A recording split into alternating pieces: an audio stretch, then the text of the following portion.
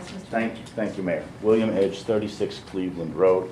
First, congratulations, Mr. Piazza, on becoming a councilman. Thank you You very look great much. in a suit. You look good in shorts, walking around with the corn and and all the great things that go on at the market. Mayor, the letter you got from North Caldwell, was that from Mayor Levine or Borough Administrator Levine? Borough. Okay, I know you had a great relationship with Mayor Levine. I hope that the council has a good relation with the new borough Well, I'm administrator. being fresh when I say I that it was understand. sarcastic. It was just a clarification of the fact that, in fact, they had paid, and they do Sure. have outstanding past due. But I read today, he's the acting administrator of North Caldwell.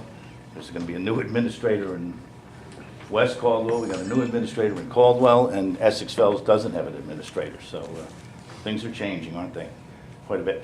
What I came to talk about was discussed in very much detail back in August 10th meeting when the auditor and the CFO and everyone went over the action items on the corrective action resolution, the 12 items or whatever it is. But number 13, which wasn't on there, was really discussed quite thoroughly, and that had to do with the $120,000. And I was fortunate to see an 8-minute video, I guess, on the tomato press about it. I studied it pretty carefully. There were terms that were missing, misappropriated, misallocated, all of the above. I'm here tonight to say I'm going back to a memory that I have for numbers. I can't find my keys half the time or know where I park my car, but numbers come back to me, as some of you may know. About the $120,000. And I heard Council President Dassing say it was a payroll transfer on December 31st. That was on the video, so is that correct? And something to do with January 2nd. And after the meeting, I started thinking. I remember, because I was on the council in 2008, early in the year, a meeting with the borough administrator discussing actually holidays for the calendar year. My recollection is that she said, we're going to work full day on the 31st of December, and that way the town hall will be closed on Friday, January 2nd, because it certainly was going to be closed on January 1st for the swearing in and such. I said, I think that's okay, but I think it's going to bring into the question of 27 pays in the calendar year. Because you get paid, when you get paid, it falls into the year it's paid, not the pay period, corporately and tax-wise. So I thought some more. In that conversation, I said, well, you'll have 27 pays. And she says, no, we don't. What we always do is have 26 pays. We give raises to the employees temporarily for that calendar year. And in effect, they're going to get paid 26 times, skip a pay. I said, all right. So bear with me. If you made 26 bucks an hour and had 27 pays, you'd be paid for the year. So the way I took it is you're going to pay $27 an hour for 26 pays and end up in the same place. I did question it, and that's not really relevant to what I said, but you'll create possibly an overtime situation where you raise the overtime value 4%. But be that as it may, that's what happened. Putting those recollections together, and looking at the number of pay periods,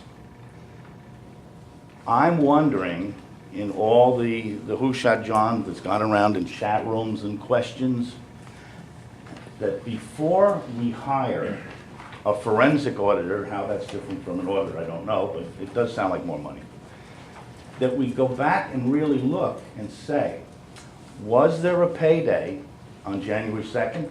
I think not. Was there a payday for December 31st? Yes, as a pay period. However, some employees were not going to get a paycheck because they've already been prepaid all along the year. If that's the case, and this is a question to be looked at, is the $120,000 possibly like a doomsday machine checklist that punches out every 2 weeks of dollars to be allocated? And that the late John Oziski says, well, wait a minute, I got the $120,000 coming up, but I'm not going to write a paycheck today So I'll take the money and dump it into January 2nd.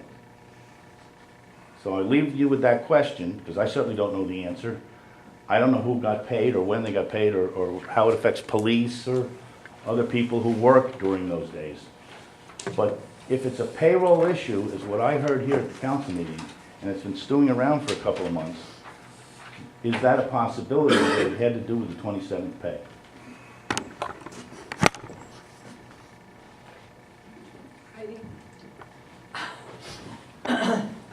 Anything's a Did I make it possibility, confusing or right? clear? No, anything's a possibility It was- right at the moment. the And I think that question- the detail is Look into it.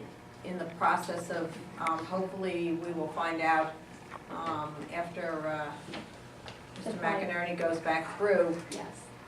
the audit for 2008 in order to determine what specifically was charged to what area and what constitutes that 120,000. I think it was just transferred to the following year, if I'm right.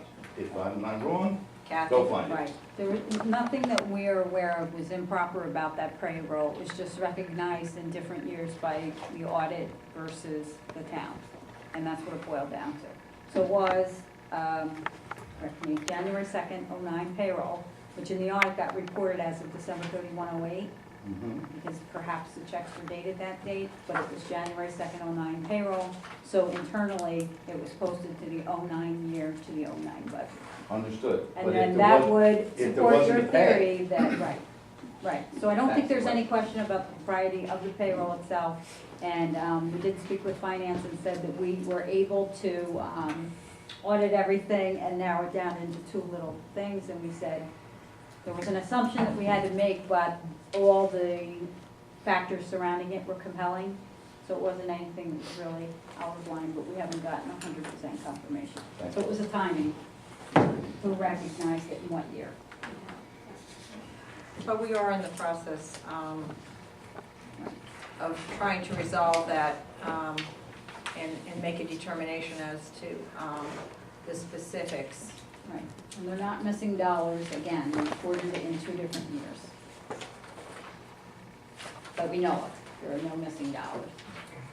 Right, so at this point, until we get that, the specific report from Mr. McInerney, which I'm hoping will be within the next 2 weeks, hopefully, then we'll be able to share those details at that point. So hopefully that will resolve exactly how it was allocated in the 2009 budget. Or audit, sorry, 2008, 2009 audit.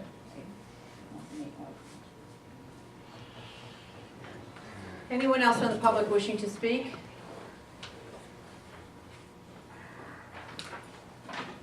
Yes? Hi, Mayor. Steve Monaco, 153 Westville Avenue. I was actually wondering if the CFO's daughter is actually working in the tax office. I believe that she has been a part-time Part-time. employee this summer. Was the Marge, I don't have Mr. Corelli here to know the specifics. was the position advertised?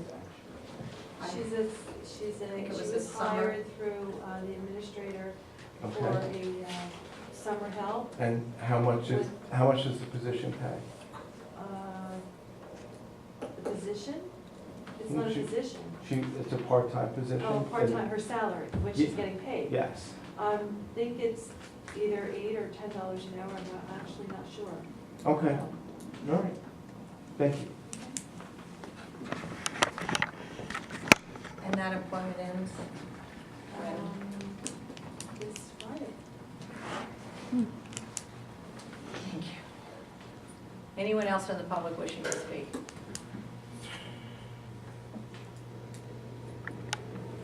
Anyone else? I'm going to close the